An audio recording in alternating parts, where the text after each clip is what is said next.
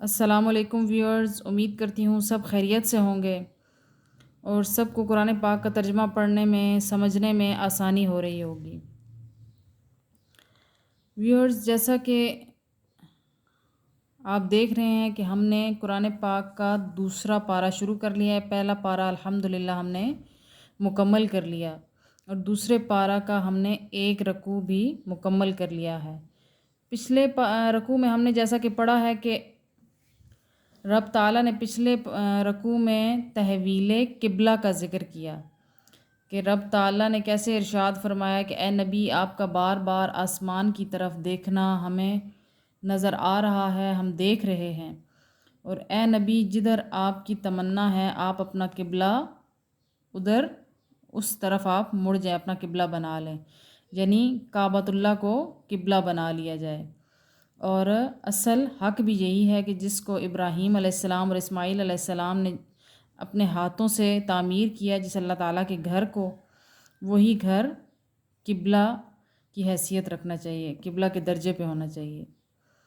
تو پھر رب تعالیٰ نے امت کے بارے میں ذکر کیا کہ رب نے ہمیں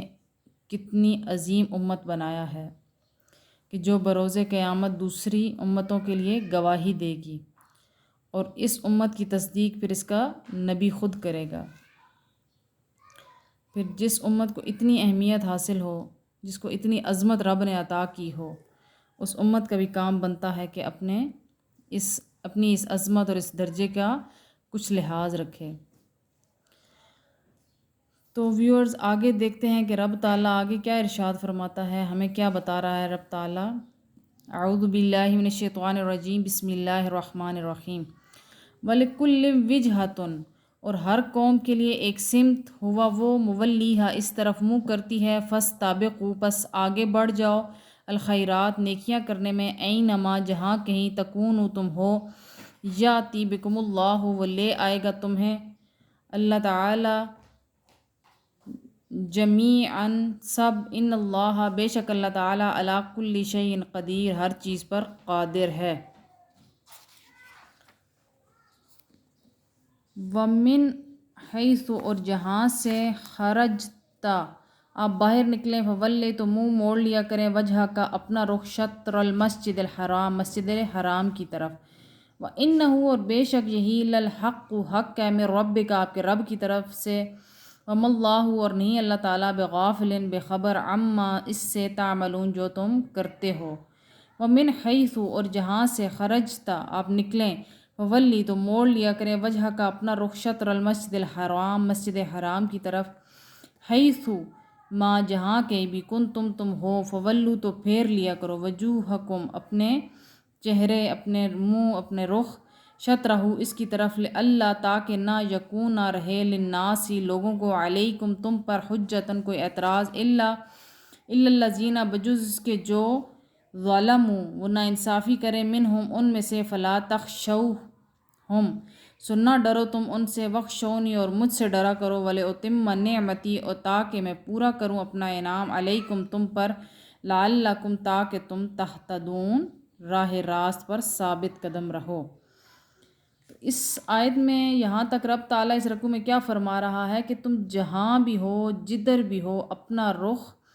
کعبۃ اللہ کی طرف کر لیا کرو، اور یہ ضروری اس لیے بھی ہے کہ تاکہ لوگ پھر اعتراض نہ کریں، کیونکہ پہلی امتوں کی کتابوں میں لکھ دیا گیا ہے کہ جو آخری نبی ہوگا اس کا قبلہ کعبۃ اللہ ہوگا، اور اگر تم ایسا نہیں کرتے تو پھر وہ اس بات پر بھی اعتراض کریں گے۔ تو آگے رب تعالیٰ کیا فرماتا ہے، کما، جیسا کہ، ارسلنا، ہم نے بھیجا، فیکم، تمہارے پاس، رسول، منکم، تم میں سے، یتلو، پڑھ کر سناتا ہے، علیکم، تمہیں، آیاتنا، ہماری آیتیں، اور